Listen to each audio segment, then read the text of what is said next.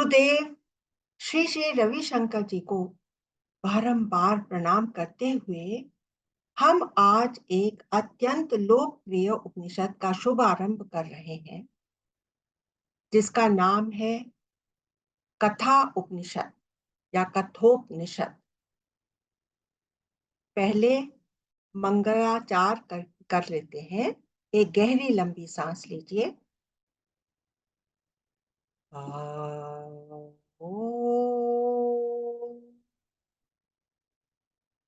असतो मा सद्गमय तमसो मा ज्योतिर्गमय मृत्योर्मामृतं गमय। ओम शांति शांति शांति। पहले आपको बता दूं कि इन कठोपनिषद के सेशंस का मेन मैटर मुझे कहाँ से प्राप्त हुआ है। मेरे 2-3 सोर्सेस रहे हैं। पहला हो गया लेक्चर, फिर दूसरा हो गया लेटर्स, और तीसरा हो गया एज अ डायलॉग।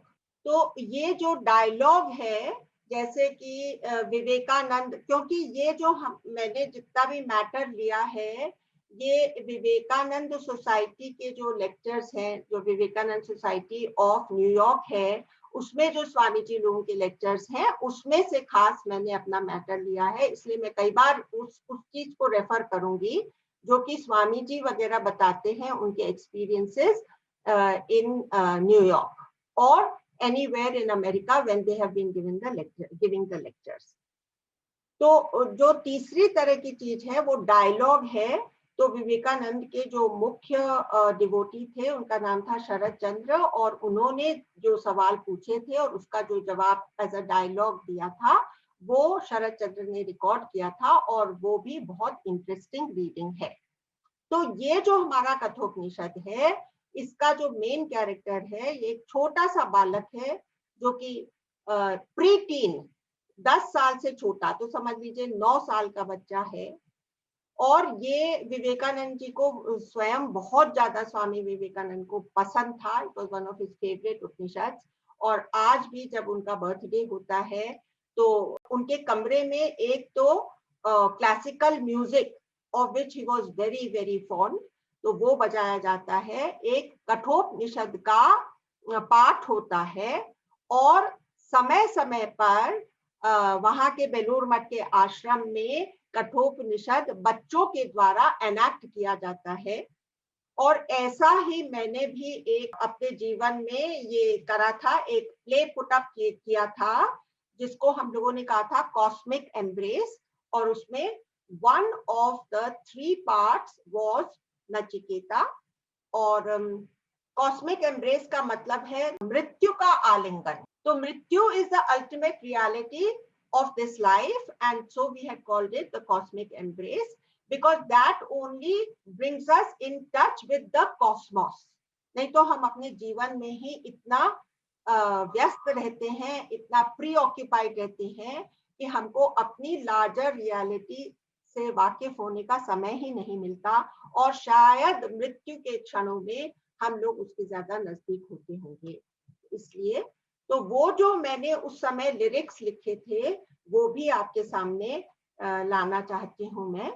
ये जो समय है, ये जिस पीरियड का ये काल बताया है, वो प्री टेम्पल एज, जब भारत में मंदिर वगैरह नहीं बने थे, और main way of prayer was having these huge yajnas, और यज्ञ के माध्यम से हम लोग उस डिवाइन प्रेजेंस को, हमारे पूर्वज उस डिवाइन प्रेजेंस को इन्वोक करते थे, और उसके माध्यम से वो एक कनेक्शन एस्टैब्लिश करते थे और अपने आप को जानने का प्रयास करते थे।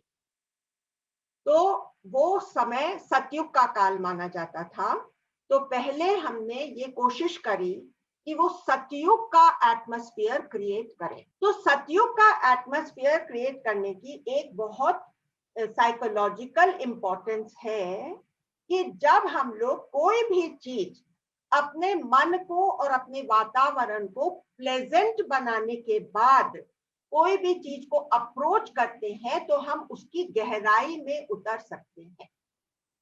तो पहले हमने ये दृश्य बनाया कि बहुत सुंदर फूल खिले हैं, बहुत खूबसूरत वातावरण है और नन्ही बालिकाएं आई हैं और वो एक नृत्य करती हैं। उनका ड्रेस भी उस समय बहुत सुंदर था, पेस्टल कलर्स के घाघरे और ओढ़नियां पहन करके वो बच्चियां एक डांस करती हैं। और जो गाना उस समय बजाया था वो अगर हम लोग अपने जीवन में उतार ले तो हम ऑटोमेटिकली उस स्वर्ग में प्रवेश कर जाएंगे या उस स्वर्ग को अपने जीवन में उतार लेंगे जिससे कि हम हमेशा खुश रह सकते। बहुत खूबसूरत एटमॉस्फेयर, अपने अंदर का और अपने बाहर का एटमॉस्फेयर जितना हम खूबसूरत रखेंगे उतना हम ध्यान में टिक सकते हैं, उतना हम ओम में ठहर सकते हैं, उतना हम अपनी सच्चाई के नजदीक आ सकते हैं। गुण ग्राहक दृष्टि।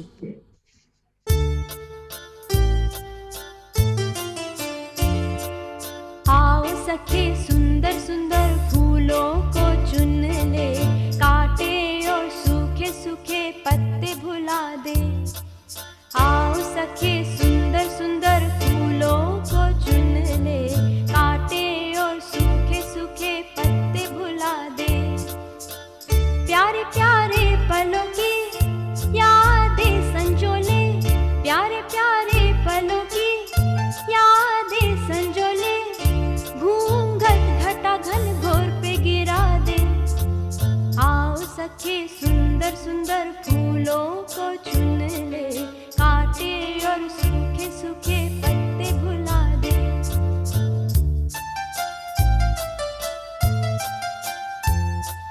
तारों से चूनर सजा ले, फूलों की रातों को गीतों से भर ले। तारों से चूनर सजा ले, फूलों की रातों को गीतों से भर ले। मीठे मीठे प्रेम शब्द सुन ले, रूखी सूखी डांटे मन रख ले। मीठी मीठे प्रेम शब्द सुन ले, रूखी सूखी डांटे मन रख ले। जीवन की बगिया यूं हंसती रहेगी, पतझड़ की मायूसी कभी ना चढ़ेगी। जीवन की बगिया यूं हंसती रहेगी, पतझड़ की मायूसी कभी ना चढ़ेगी। ऊंचे ऊंचे ही लक्ष्य बना ले, महापुरुषों को दिल में बैठा ले। ऊंचे ऊंचे ही लक्ष्य बना ले, महापुरुषों को दिल में बैठा ले। प्यारे प्यारे पलों की यादें संजोले, प्यारे प्यारे पलों की यादें संजोले, घूंघट घटा घन घोर पे गिरा दे। आओ सखे सुंदर सुंदर फूलों को चुन ले, काटे और सूखे सूखे पत्ते भुला दे। काटे और सूखे सूखे पत्ते भुला दे, काटे और सूखे सूखे पत्ते भुला दे।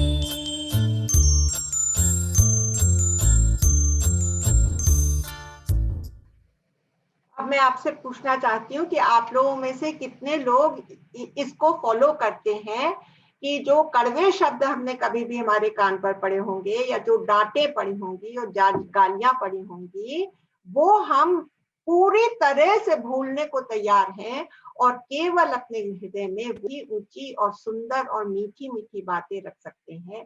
ऐसे में क्या हम अपने जीवन में स्वर्ग को उतार नहीं देते हैं? क्या हम उसको रियली अपने भीतर और बाहर अनफोल्ड होता हुआ नहीं देख सकते हैं? तो अब ऐसे वातावरण में एक और चीज ऐड करी थी हमने कि हमने ये दिखाया था कि छोटे छोटे ब्रह्मचारी बालक आकर के और समाधि में और ध्यान में बैठते हैं, और उससे वो क्या हासिल करते हैं वो भी आपको विदित हो जाएगा। हमने ऐसे दिखाया है कि दो सूत्रधार हैं और आपस में बात कर रहे हैं।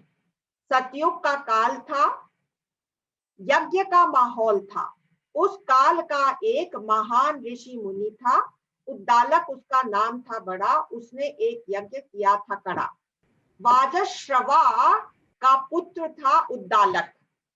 तो ये कौन से लिनिएज का हुआ? मतलब वाजश्रवा नचिकेता के दादा का नाम था और उसका पुत्र था उद्दालक और उद्दालक का पुत्र था नचिकेता। तो उसने एक बहुत बड़ा यज्ञ किया था, उसका नाम था विश्वजीत। नाम क्या था यज्ञ का, काम क्या था यज्ञ का? विश्वजीत के नाम से ये यज्ञ जाना जाता था। इसमें सारे सामान का दान किया जाता था। अच्छा, तो उद्दालक यही कर रहे थे, अच्छी के साथ बुरी गायें भी दान कर रहे थे।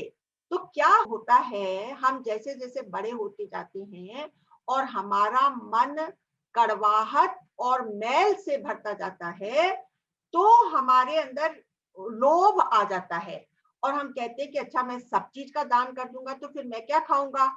तो लेकिन मैं दिखाने को, पब्लिक को दिखाने को तो सारा दान कर रहा हूं, लेकिन जो उद्दालक ऋषि था उसने अच्छी अच्छी गायों को तो छुपा दिया था, और जितने भी एकदम असहाय और एकदम बूढ़ी गाय हो गई थी जो कि बिल्कुल दूध नहीं दे सकती थी, उनको वो दान में दे रहा था और नचिकेता से यह छुपा नहीं रहा था। तो अभी देखिए इस वातावरण में वो पनपा था, तो उसका दिल कितना साफ था नचिकेता का, ये आपको सुनने को मिलेगा। क्यों? क्योंकि वो हमेशा बचपन से इसी तरह से समाधि करता रहा था। हाँ बोलिए। समाधि।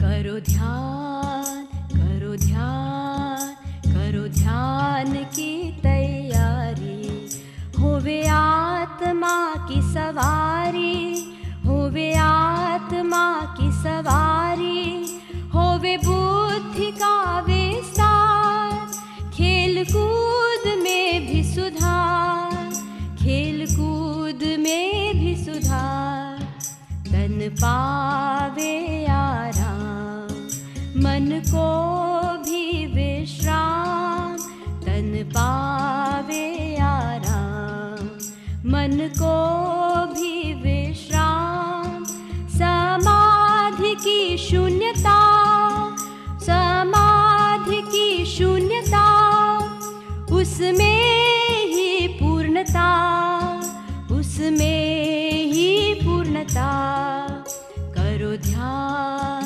करो ध्यान, करो ध्यान। तो ध्यान करते करते नचिकेता का मन इतना साफ और निश्चल हो गया था कि उसको सब कुछ जस का तस दिखाई देता था। तो अब यहाँ पर नचिकेता के बारे में आता है कि उनका होशियार प्यारा सा पुत्र था, नचिकेता उसका नाम था। उम्र में वो 9 साल था। उसके माथे पे तेज था, कलेजे में ओज था, ढेर सारा प्यार और प्रज्ञा का सार था। नचिकेता पिता की गतिविधियां देख रहा था, परख रहा था, तौल रहा था, मौल रहा था, भीतर भीतर खोल रहा था। आखिरकार वह रुक न सका, पिता के आगे झुक न सका। पिताजी, शक्तिहीन गायें न दें, पुण्य के बदले पाप न लें। खबरदार यूं मुख न खोल, बड़ों की बातों में न बोल। नचिकेता का मन नहीं माना, क्योंकि उसने सत्य जो जाना। उसने सोचा ठीक रहेगा आत्म बलिदान से पिता के पाप का प्रायश्चित करना। तो क्या सोचता है नचिकेता कि ये पिता से तो जघन्य पाप हो रहा है, तो अब मुझे कुछ ऐसा करना है जिससे कि पिता के पापों का प्रायश्चित हो जाए। उसने कहा मैं अपने आप को, मैं पिता से कहता हूं कि मुझे वो दान कर दे, और मुझे दान करेंगे तो उससे जो पुण्य अर्जित होगा उससे वो पाप जो है कहीं ना कहीं कमती हो जाएगा। पिताजी, मैं भी धन हूं आपका, दान बनूं मैं किस महात्मा का? ऋषि ने प्रश्न को 3 बार टाला, फिर क्रोध में कड़वा शब्द कह डाला। हम लोग सबके साथ ये होता है ना, जब कोई बच्चा बहुत बार कहता है तो मैं तुझे मृत्यु को दूंगा। जैसे आज ये स्वामी जी कहने लगे कि अमेरिका में अमेरिकन पेरेंट्स कहते हैं ना कि when the child is very difficult to handle, they go to hell. बोल देते हैं ना हम लोग, बोल देते हैं कि नहीं हम लोग, कि मैं तुझे मृत्यु को दूंगा। अब देखिए, अब नचिकेता के मन में क्या घूम रहा है कि मैंने तो आज तक कोई ऐसी चीज तो नहीं करी जिससे कि इतना बड़ा पिता ने मेरे को श्राप दे दिया, लेकिन अब पिता की बात को तो सच करना ही है, उनका वचन सत्य होना है। वो कहता है कि आपका वचन सत्य करना है, वैसे भी एक ना एक दिन तो मरना ही है, मुझे यमराज लोक जाना है, आपका आदेश ही पालना है। तो अब देखिए वो बोलते हैं कि वो यमराज के लोक चला गया और वहां पर 3 दिन और 3 रात वो बिना खाए पिए बैठा रहा, क्योंकि यमराज बाहर गए हुए थे। और उसके यमदूतों ने बताया कि देखो यमराज तो बाहर गए हुए हैं, तो इसलिए तुमको तो ठहरना पड़ेगा, क्योंकि अगर तुम मिलना चाहते हो तो तुम ठहर जाओ। फिर उन्होंने पूछा कि तुम कुछ खाना खा लो, तुम ये कर लो, तुम वो कर लो, लेकिन उसने कहा नहीं, मैं नहीं खाऊं। तो अब इसको अगर हम दूसरी तरह से इंटरप्रेट करें कि जब उसने डिसाइड कर लिया कि मैं तो मृत्यु के मुख में जाऊंगा, तो उसने खाना पीना छोड़ दिया। अभी खाना पीना छोड़ने से उसका माइंड इतना सूक्ष्म धरातल पर पहुंच गया कि उसको अतीन्द्रिय अनुभव होने लगे। This could be one explanation if we want to give it some kind of an integrity, this statement। लेकिन अगर हम इसको यही कह देते हैं कि भाई ये तो फिक्शन है और फिक्शन में दिखा दिया है कि वो यम के लोग पहुंचे, ठीक है। तो जब हम कुछ भी खाते पीते नहीं है, अब यहाँ पर देखिए, यहाँ से 3 दिन और 3 रात और 3 वचन और 3 का बहुत ज्यादा जिक्र आएगा। अब देखिए हमारे जीवन में भी 3 सेकंड अगर कोई भी आदमी किसी औरत की तरफ देख ले तो वो धृष्टता हो जाती है। 3 सेकंड के पहले ही हमको अपनी आंख हटा देनी चाहिए, है ना। कहते हैं कि भाई 3 घंटे कहीं पर भी आप रह लिए तो उस जगह से आपकी आत्मीयता होने लगती है। और 3 दिन से ज्यादा सन्यासी को एक जगह रुकना अलाउड नहीं है, एक्सेप्ट कि जो चौमासे के 3 महीने हैं, उसके अलावा बरसात के 3 महीनों को छोड़ करके एक सन्यासी अपने जीवन में 3 दिन से ज्यादा कहीं पर भी नहीं रुकता। और वैसे भी देखिए अपने आध्यात्म में त्रिपुटी, तीजा नेत्र और दृश्य दृष्टा दर्शन, ये 3 या 3 ब्रह्मा विष्णु महेश त्रिमूर्ति, ठीक है। तो त्रिमूर्ति 3 का महत्व जानते हुए आप देखिएगा कि कितनी जगह ये 3 आता है यहाँ पर। तो अब वो वहां पर 3 दिन और 3 रात रुका हुआ था और उसने पानी भी नहीं पिया। उसने कहा नो, मेरे दिल में एक प्रश्न धधक रहा है, मुझे कुछ बातचीत करनी है यमराज से, इसलिए मैं इंतजार करूंगा और मैं कुछ भी नहीं खाऊंगा। अब वो देखते हैं कि एक बालक जो कि अग्नि से भी ज्यादा पवित्र है, ये जैसे कि उसके चेहरे से पवित्रता, उसके हृदय में जो धड़कन की आवाज है, उसके अंदर से पवित्र पवित्र पवित्र ये ही गूंज निकल रही थी। तो जितने भी लोग वहां पर थे वो लोग महसूस कर रहे थे कि एक बहुत ही स्पेशल अतिथि यहाँ पर आया है। तो जैसे यमराज वहां पर लौट करके आए तो उन्होंने कहा कि 3 दिन 3 दिवस और 3 रात्रि से बिना अन्न या जल ग्रहण के एक बालक है खड़ा द्वार पे। अब जैसे ही यमराज ने ये सुना, तो अगर हमारे घर में कोई अतिथि आया है और हमने उसका सत्कार और आवभगत ठीक से नहीं करी है, तो मन में एक बहुत ज्यादा गिल्ट फीलिंग होती है, तो वो बोलता है कि जल्दी लाओ जल का लोटा, पावन अतिथि भाग्य से आता। फिर नचिकेता के पैर धोते हुए, 3 दिन जो प्रतीक्षा की तुमने, उसके बदले 3 वरदान दिए मैंने। तो मैं तुमको 3 वरदान दे देता हूँ, तुम चाहे कुछ भी मांगो, खुलकर कुछ भी मांगो, जीवन की सब खुशियां मांगो। तो नचिकेता थोड़ी देर सोचता है। तो सबसे पहला वरदान देखिए, छोटे बच्चे का हृदय देखिए, उसको तो अपना जीवन केवल उसके माता पिता तक ही सीमित रहता है, एक बच्चे का जीवन, और उसको इस चीज का बहुत अफसोस था कि मेरे पिता जो है मेरे से इतना नाराज हो गए हैं। तो क्या कहता है कि जब मैं वापस लौट कर आऊं, यहाँ पर विवेकानंद ने जो कठोपनिषद में अपनी कमेंट्रीज करी है और शंकराचार्य ने, दोनों ने इस बात को खोल करके सामने वो लाए हैं कि देखो वो कितना इंटेलिजेंट बालक था, क्योंकि नॉर्मली कोई भी जना यम के घर जाकर के लौटता नहीं है।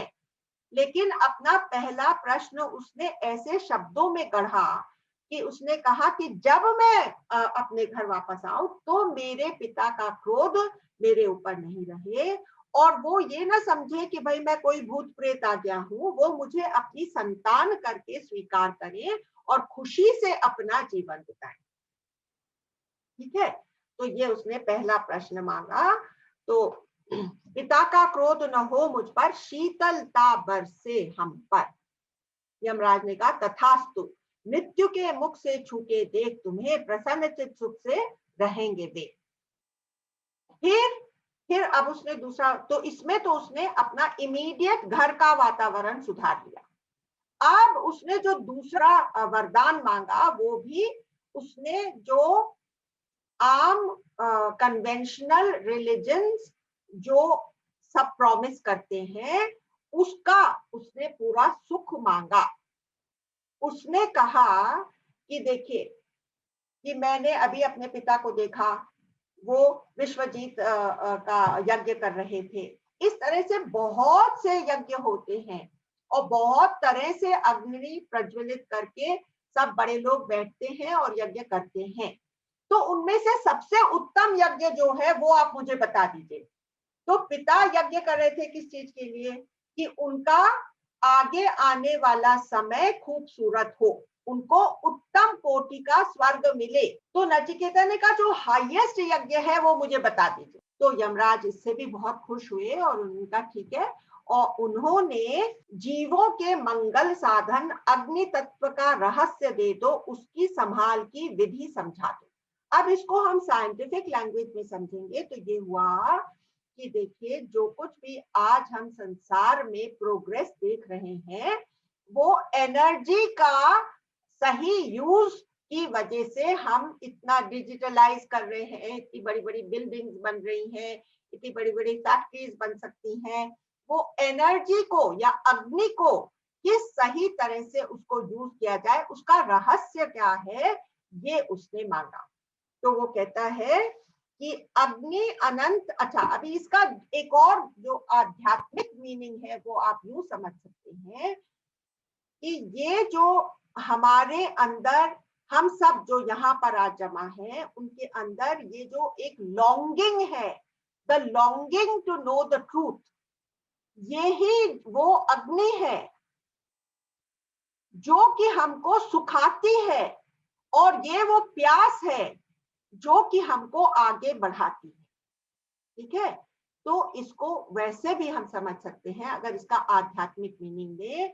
अगर हम इसका मेटीरियलिस्टिक मीनिंग दे तो उसने एनर्जी की सीक्रेट मांगी, और अगर हम इसको ये कहें कि उसने ये कहा कि भाई यज्ञों में जो सबसे अच्छा यज्ञ है उसकी विधि बता दो, तो तीनों तरह से हम ले सकते हैं। तो फिर उसने दिखाया कि किस प्रकार से कितनी ईंटें लगाई जाती हैं और कौन कौन सी चीजों की जरूरत पड़ती है इसे कायम रखने के लिए। अग्नि अनंत लोकों की शक्ति, शिक्षा ऋषि मुनियों से मिलती, और उसकी सारी सीक्रेट, और इसमें भी 3 लेयर्स में ब्रिक्स लगाई जाती हैं, यहाँ पर भी वो 3 का है। और जैसे ये भी जो ये ह्यूमन बॉडी है, इसमें जो निचले 3 शरीर हैं वो हमारे भौतिक शरीर है, फिजिकल बॉडीज। मतलब कौन सा? अन्नमय, प्राणमय और मनोमय, ये तीन जो शरीर हैं, इनके अंदर जाने के बाद हमको फिर हम हायर लेवल्स पर आते हैं, जो कि हमारा आत्मिक शरीर होता है, और हमारा फिर आज्ञा चक्र से और भी आगे प्रोग्रेस शुरू होता है। ठीक है, तो यमराज कहता है, जो इस अग्नि को ब्रह्म से उत्पन्न है जानता, वह शोक रहित हो अनंत आनंद को प्राप्त करता। आज से यह अग्नि नाचिकेत कहलाएगी, नाचिकेत कहलाएगी। तो क्या हुआ कि जब इसने सारी विधि बताई कि कैसे उसको कायम रखते हैं और कैसे उसको इस्तेमाल करते हैं, तो नचिकेता की बुद्धि या प्रज्ञा इतनी फाइन थी कि उसने हर एक चीज को ग्रहण कर लिया और जस का तस यमराज के सामने रिपीट कर दिया। तो यमराज ने सोचा कि मुझे तो आइडियल स्टूडेंट मिला है, एक्सीलेंट स्टूडेंट मिल गया है, तो इतना खुश हो गया और उसने कहा कि आज से यह अग्नि नाचिकेत कहलाएगी। नचिकेता का ही नाम उस अग्नि को आज से दिया जाएगा। और कुछ कुछ टेक्स्ट में ये भी है कि उसने यमराज ने नचिकेता को एक बहुत बड़ा रत्नों का हार भी दे दिया। अब वो कहता है कि अब तुम तीसरा वर मांग लो, ये तो आराम से उसने पूरे कर दिए। तो अब वो कहता है कि देखो, तीसरे वर में मुझे कोई भी चीज नहीं चाहिए, लेकिन मेरा एक प्रश्न है, वो तुम आंसर कर दो। नचिकेता है, मैं सुख संपत्ति भोग का सामान नहीं मांगता, क्योंकि पुण्य समाप्ति पर जीव फिर है लौटता, फिर है लौटता। तीजे वर में मैं केवल आत्मज्ञान हूं चाहता, जिसे जानकर और कुछ जानना बाकी नहीं रह जाता। तो यमराज ने सोचा कि आत्मज्ञान देने से पहले पात्र परीक्षा करके देख ले, क्योंकि आत्मज्ञान अगर किसी अधिकारी के अलावा और किसी को मिल जाता है तो वो उसका मिसयूज कर सकता है। कैसे मिसयूज कर सकता है आप बता सकते हैं? जैसे कि अगर मुझे आत्मज्ञान मिल गया कि भाई सब कुछ मैं ही हूं और मेरा मन की शुद्धि नहीं हुई होगी, तो मैं क्या कहूंगा कि भाई मैंने इससे इतना इतना लोन लिया, लेकिन वहां पर भी तो मैं ही हूं, तो मुझे लोन लौटाने से क्या फायदा? लोन लौटाने का क्या मतलब? मैं क्यों लोन लौटाऊं? तो इस तरह से हम लोग बहुत तरह से इसका मिसयूज कर सकते हैं और फिर हमारी ही अधोगति हो जाएगी। अगर हमने इसको सही तरह से ग्रहण नहीं किया तो हमारी ही अधोगति हो जाएगी। हम प्रोग्रेस करने की जगह ऑन द कॉन्ट्ररी हम और खड्डे में गिर जाएंगे। तो यमराज बार बार उसको कहता है कि भाई तुम कुछ भी और मांग लो, तुम तो अभी छोटे से बच्चे हो, तुमको मालूम ही नहीं है कि मैं तुमको क्या दे सकता हूँ, तुमने अभी जीवन ही कितना देखा है। अगर तुमको 100 साल जीने वाले पुत्र और पौत्र चाहिए तो वो भी मैं दे सकता हूँ। अगर तुमको विशाल भूमि का, मैं पढ़ देती हूँ, 100 वर्ष जीने वाले पुत्र पौत्र सब कुछ देता, हीरे मोती हाथी घोड़े जवाहरात माणिक देता, विशाल भूमि का राज्य हूं देता, पर आत्मज्ञान न दे सकता, आत्मज्ञान न। तो वो कहता है कि मैं कैसे अपना ये प्रश्न टाल दूं, क्योंकि सूक्ष्म विषय समझाने वाला आपसे बेहतर कहाँ मिलेगा। आप मुझे यहाँ पर मिले हैं, आप अब देखिए वो जरा भी डरा नहीं। आफ्टर ऑल यमराज के सामने खड़े होकर के वो ऐसे बातें कर रहा है जैसे कि वो अपने बहुत ही आत्मीय से बातें कर रहा है, और यमराज कितना भयंकर दिखने वाला है, लेकिन उसके अंदर जरा भी डर नहीं है। मतलब अगर हमने एक बार मृत्यु को फेस कर लिया, आफ्टर ऑल क्या होगा? डेथ तो everybody has to meet the final end which is death, the final end of this body. तो क्या होगा? तो when we are ready to face it, तो कोई भी चीज भयंकर या भयानक नहीं लगती है, किसी भी चीज से डर नहीं लगता है, क्योंकि हमारे जीवन का जो एकमात्र डर है वो मृत्यु है, और मृत्यु से ही कनेक्टेड बाकी सब छोटे छोटे डर हमको घेरे रहते हैं। तो नचिकेता क्या कहता है? वो बिल्कुल भी अपने गोल से हटता नहीं है, और वो कहता है कि हे मृत्यु, जिन वस्तुओं के नाम आपने गिनवाए वे कल मौजूद रहे न रहे, ये लालच अपने पास ही रख लीजिए। बस आत्म तत्व का ज्ञान ही बतलाइए, बस आत्म तत्व का ज्ञान ही बतलाइए। तो देखिए यहाँ पर स्वामी जी कहते हैं, वो अमेरिकन ऑडियंस के सामने किसी this Nachiketa was a little cheeky. After all, he is a little child, and he says, "You keep all those pleasures to yourself." अभी नॉर्मली खाली एक बच्चा इस तरह से यमराज से बात कर सकता है कि जो तुमने कहा कि नाच गाने वाली हजार हजार नाच गाने की टोलियां और इतने हीरे जवाहरात और इतने महलात और इतना खाना पीना, तो बोलता है कि अंत में तो तुम ही सामने खड़े होगे, एक ना एक दिन तो वो सब चीज खत्म हो जाएगी। और वैसे भी जैसे समरसेट मॉम ने कहा कि अगर आप अपने जीवन को प्लेजर्स के मार्ग पर चलाएंगे तो आप देखेंगे कि कितनी जल्दी आपको उससे थकान हो जाएगी और आपका ये शरीर भी उस भोग के लायक नहीं रहेगा।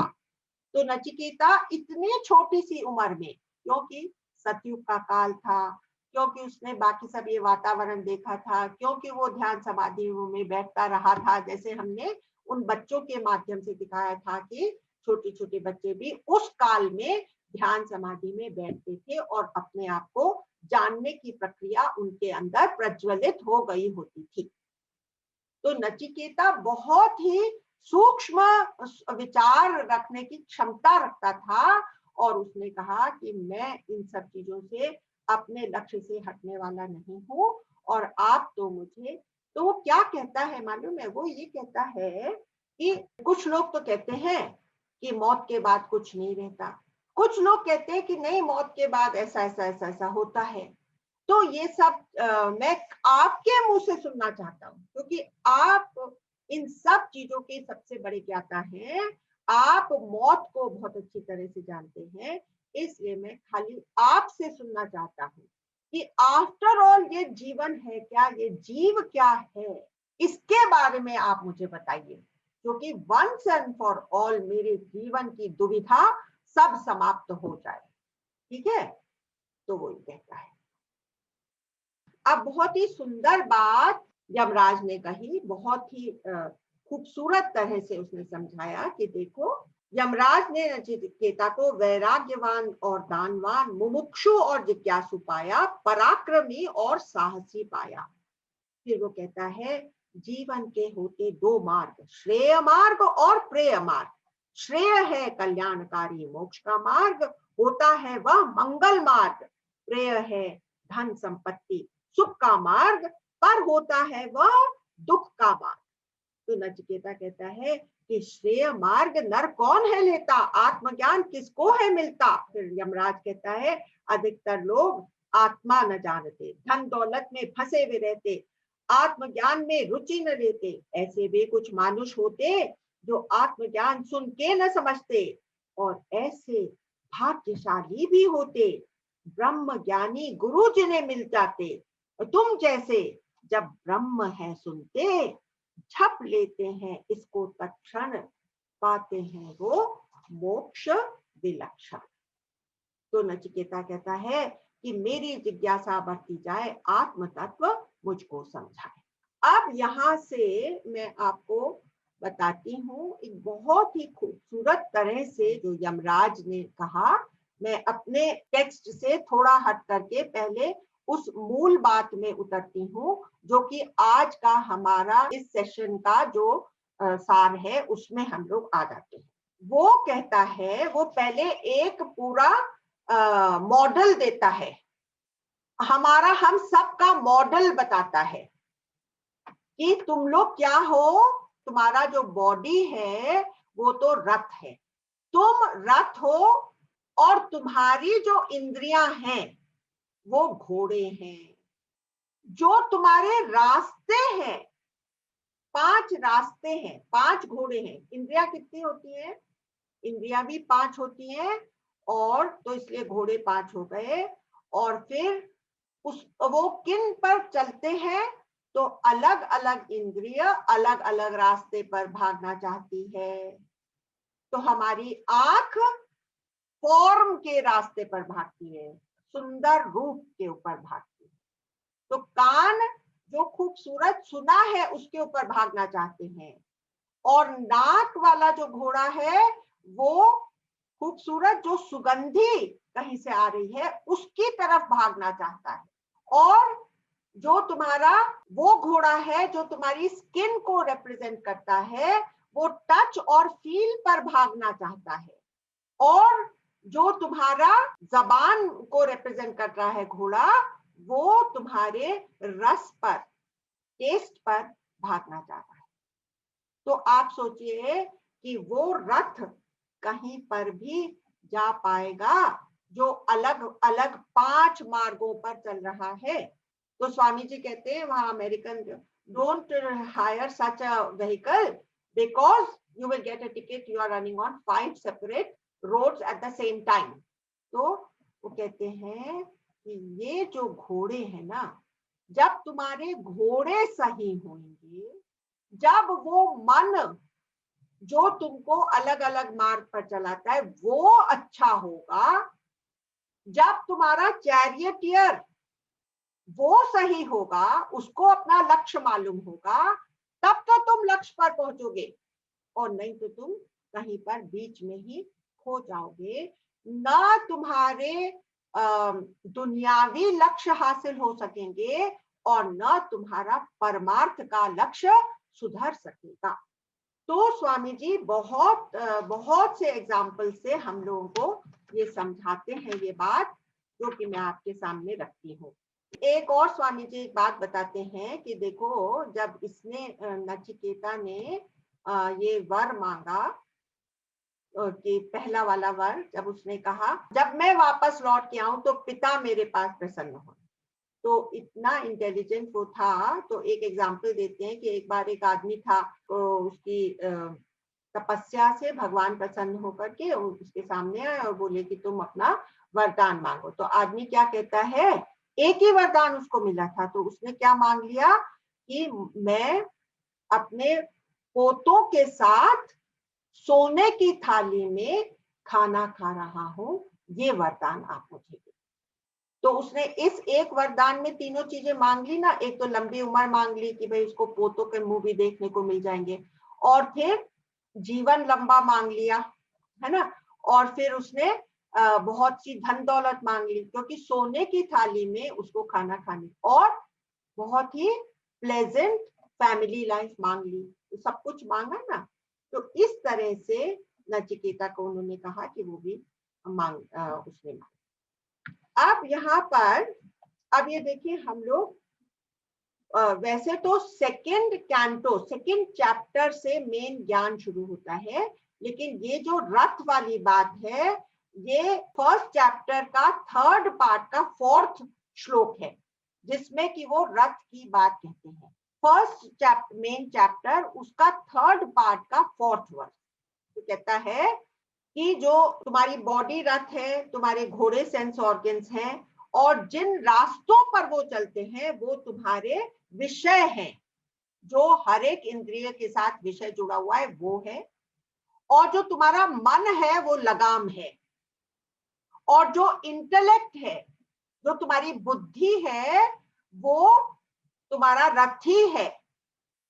अब देखिए, अभी तक हम लोग, मैं क्या समझती थी, जब मैंने ये प्ले लिखा था तभी मैं समझती थी कि मैं रथी हूं, लेकिन स्वामी जी का ये लेक्चर वगैरह सुनने और पढ़ने के बाद मेरे समझ में आया कि मैं रथी नहीं हूं। I am not the charioteer, I am the passenger in the sea. All these people are doing their things. I am a rich person. I have got a driver driven car. I have got a chauffeur. I am not an altu faltu who's driving his own car.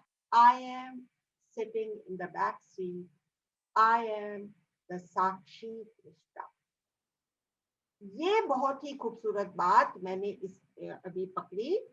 आप देखिए mind क्या है, अभी हम लोग यहाँ पर बैठ करके लेक्चर सुन रहे हैं, तो माइंड क्या है, जो ये समझता है कि मैं सुनने वाला हूं, और इंटेलेक्ट क्या है, बुद्धि क्या है, जो ये डायरेक्ट करती है कि तुम सुनो या ना सुनो। इंटेलेक्ट जो है वो आपको इस सेशन में लेकर के आया है, ठीक है। इंटेलेक्ट ने कहा कि तुम इस सेशन में जाओ। माइंड क्या है, उसने इंद्रियों को लगाया इसमें सुनने के लिए, तो वो हो गई लगाम। और ड्राइवर कौन हुआ, जिसने ये डिसीजन लिया कि तुम यहाँ आकर के ये सुनो। डिफरेंस समझ में आ रहा है कि नहीं? माइंड के कहने से इंद्रिय उस बात में लग गई। बुद्धि ने कहा कि तुमको ये कदम उठाना है। अब ये देखिए कि ये हमारी life, every second of our life is dependent on these three things. What our body is saying, what our mind is willing to do, and what our buddhi is directing it to do. This is our life every moment. अब इसमें क्या है, अब स्वामी जी बताते हैं कि या यम बताता है कि अगर ये घोड़े अच्छे होंगे, ये तीनों तुम्हारी चीजें सही होंगी, तब तुम श्रेय का मार्ग चुनोगे। लेकिन ज्यादा करके तुम प्रेय का मार्ग चुन लेते हो। ये जैसे दो सेल्समैन तुम्हारे घर पे आए हैं, तो एक कहता है, एक जो प्रेय का सेल्समैन है वो कहता है अरे तुम ये करो, अभी का अभी तुमको सुख मिल जाएगा। वो ये नहीं बताता है कि अगर तुम प्रेय का मार्ग चुनोगे, अपनी इंद्रियों के पीछे भागोगे, तो तुम्हारा शरीर तो कमजोर हो जाएगा, तुम बहुत थोड़े से दिन इसको एंजॉय कर सकोगे, ये एंजॉयमेंट बहुत क्षणिक है, ये सब चीज वो नहीं बताता। एक बार तुम्हें अपना प्रोडक्ट वो सेल कर देता है, उसके बाद वो शक्ल भी नहीं दिखाता, तुम्हारे घर में वो वापस सेल्समैन नहीं आता, क्योंकि उसने गलत चीज तुमको बेच दी है। तो वही सेल्समैन बार बार आ सकता है ना, जिसने तुमको सही चीजें दी है। एक अभी कंटेम्पररी ऑथर है अमेरिकन, उसका नाम है जोनाथन हाइट। तो उसने एक किताब लिखी है which is called happiness hypothesis, happiness की हाइपोथेसिस।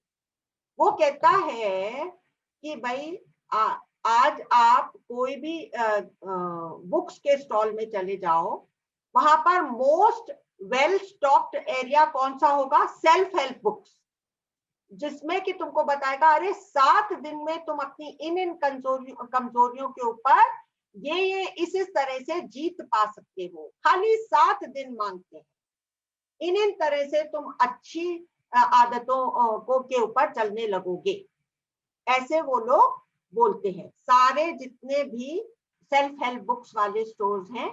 अब वो बताता है कि ये होता तो नहीं है, हम लोग सब कितनी सेल्फ हेल्प बुक्स पढ़े हैं, लेकिन हमारे अंदर कोई इतने बड़े बदलाव आए नहीं है। उसका कारण क्या है?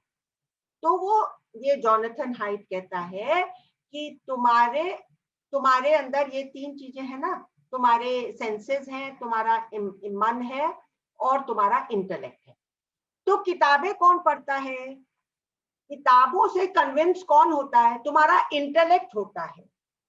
तुम्हारा इंटेलेक्ट किताबें पढ़ करके मान लेता है कि हाँ मैं इस रास्ते पर चलूंगा। लेकिन चलना किसको पड़ता है, वो तो बॉडी को चलना पड़ता है ना। तो बॉडी, जब आप सवेरे कहेंगे कि अब मैं सवेरे उठ करके आज कल से एक्सरसाइज करूंगा, तो उठना किसको पड़ा सवेरे, उठना तो तुम्हारी बॉडी को पड़ा ना। तो वो बॉडी कहती है कि तुम इंटेलेक्ट को किताबें पढ़ाओ, लेकिन मैं तो अभी अपने अच्छी नींद सोऊंगा, मैं नहीं तुम्हारी बात में आने वाला। इस वजह से हमारी ये सब जो हमारी कोशिशें हैं ये फेल हो जाती है।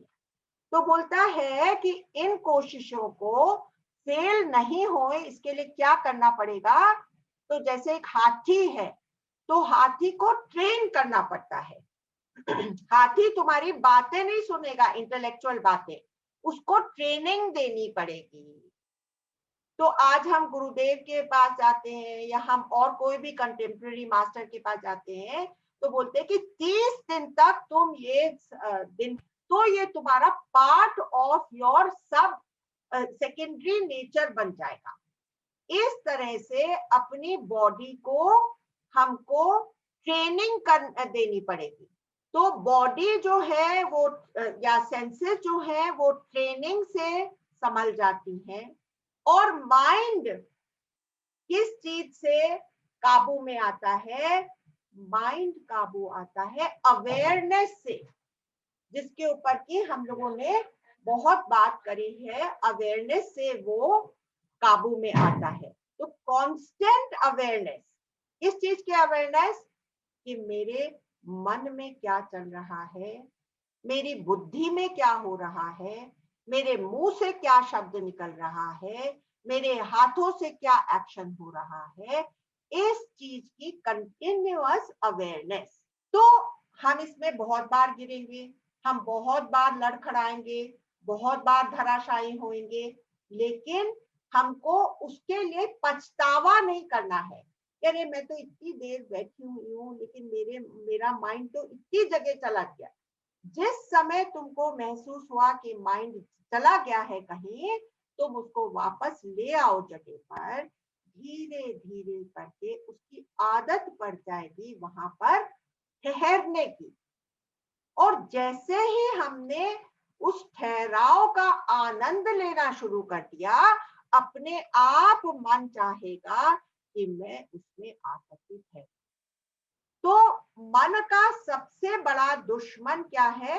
अवेयरनेस की लाइट उसके ऊपर फेंकते रहना।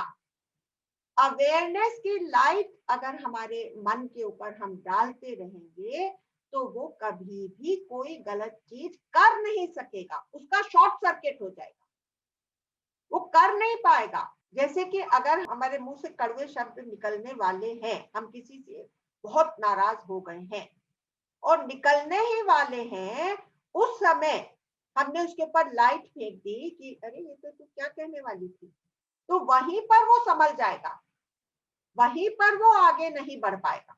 तो सेंसेस, अभी तक हमने क्या बात करी कि सेंसेस ट्रेन होंगी बार बार उसको सही मार्ग दिखाने से और उसको उसकी आदत डालने से, और माइंड ट्रेन होएगा हमको हर समय अवेयरनेस में रहने से। और तीसरी चीज है इंटेलेक्ट। अभी इंटेलेक्ट का क्या काम है कि हर सेकेंड वो डिसीजन ले। लेकिन हम लोग क्या करते हैं कि उस लेवल पर हम बहुत लेजी हो जाते हैं। तो अगर हम सोचते हैं कि अरे हमको डिसीजन लेना है कि हम पूरे साल हम इस तरह से ध्यान में बैठेंगे, ऐसे एक्सरसाइज करेंगे, ये बहुत मुश्किल हो जाता है। लेकिन अगर हम कहें कि भाई ये जो पल आया है, आज के लिए मैं ऐसे कर लेता हूँ, आज के लिए live in the here and the now. You know, the intellect always has a 5-second window open when it can take a decision and change its course from this to that. देखिए रामचंद्र भगवान को भी मालूम था कि ये कि रावण अगर सही डिसीजन ले लेगा तो इतना बड़ा जनसंहार रुक जाएगा, और कृष्ण भगवान को भी ये मालूम था, और उन्होंने दुर्योधन के पास लास्ट तक जाकर के कोशिश करी कि अभी भी ये अपने इंटेलेक्ट को मौका दे। एक अपॉर्चुनिटी खोली दोनों ने।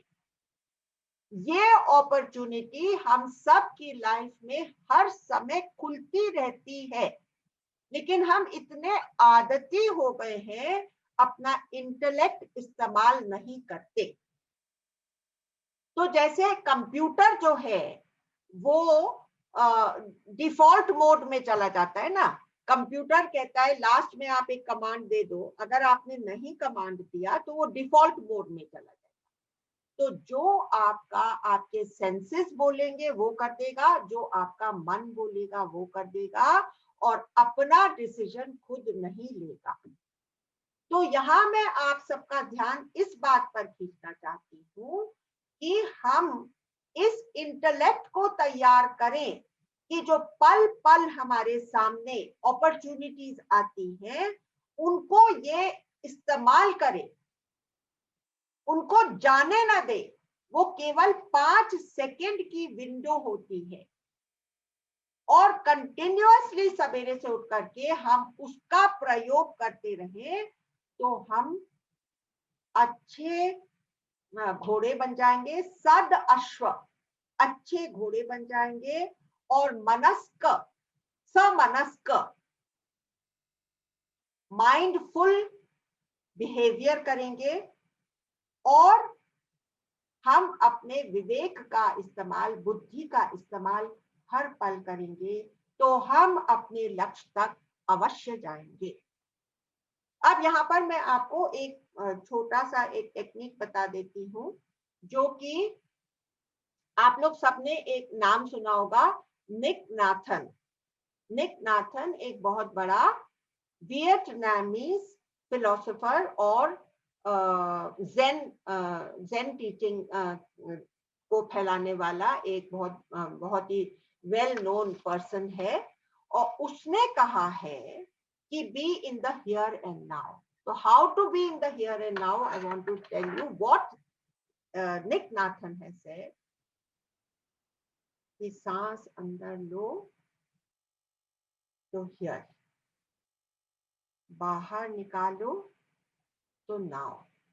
तो जैसे सांस अंदर लेते हुए बोलो हियर, अपने अंदर ही अंदर, और बाहर निकालो तो बोलो नाउ। फिर बोलो नेक्स्ट बार सांस अंदर लो तो बोलो आई एम हैप्पी, और बाहर निकालो तो स्माइल। तो विद्या जी, आप जैसे कह रही थी कि भागता है, तो आप अगर ये पहलू भी उसके साथ जोड़ लेंगे तो आप क्या बोलेंगे? हियर, और बाहर निकालते हुए नाउ।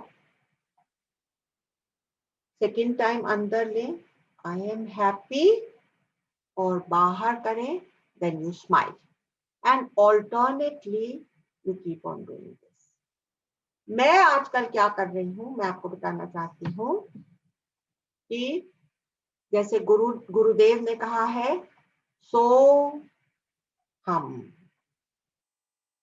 तो सो में यहां पर जाए, यहां पर मेरे अंदर, और हम में द्वादशांत, 12 अंगुल मुझसे दूर, फिर अंदर तो हम।